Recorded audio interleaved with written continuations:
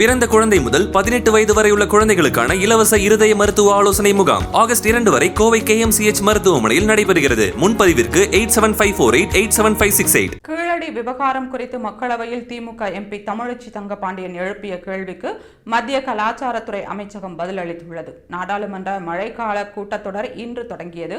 இந்நிலையில் கீழடி அகழ்வாராய்ச்சி குறித்தும் தொல்லியல் நிபுணர் அமர்நாத் ராமகிருஷ்ணாவின் இடமாற்றம் குறித்தும் தமிழச்சி தங்கபாண்டியன் எழுத்துப்பூர்வமாக கேள்வி எழுப்பினார். அமர்நாத் ராமகிருஷ்ணா தாக்கல் செய்த கீழடி அகழ்வாராய்ச்சி அறிக்கையை மத்திய அரசு ஆய்வு செய்ததா? அப்படியென்றால் அறிக்கை நிராகரிக்கப்பட்டதற்கு காரணம் என்ன? அகழ்வாராய்ச்சி முடிவதற்குள் அமர்நாத் ராமகிருஷ்ணா இடமாற்றம் செய்யப்பட்டது ஏன்?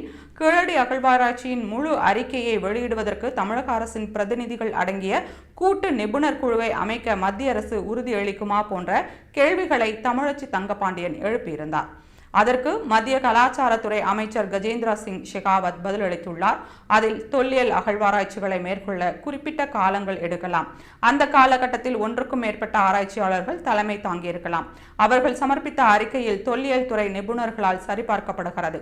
அதன் பின்னரே அதிகாரப்பூர்வ அறிக்கை வெளியிடப்படும். கீழடி அகழ்வாராய்ச்சி அறிக்கைகள் மதிப்பாய்வில் இருக்கின்றன. நிபுணர்களின் கருத்துக்கள் கேட்கப்பட்டுள்ளன.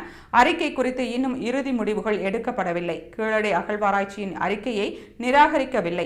தொல்லியல் ஆய்வாளர் அமர்நாத் ராமகிருஷ்ணா நிர்வாக காரணங்களால் தான் இடமாற்றம் செய்யப்பட்டார். கீழடி அகழ்வாராய்ச்சியின் கண்டுபிடிப்புகள் சட்டப்படி உரிய அறிவியல் செயல்முறையை பின்பற்றி வெளியிடப்படும் என்று கஜேந்திர சிங் ஷெகாவத் தெரிவித்துள்ளார்.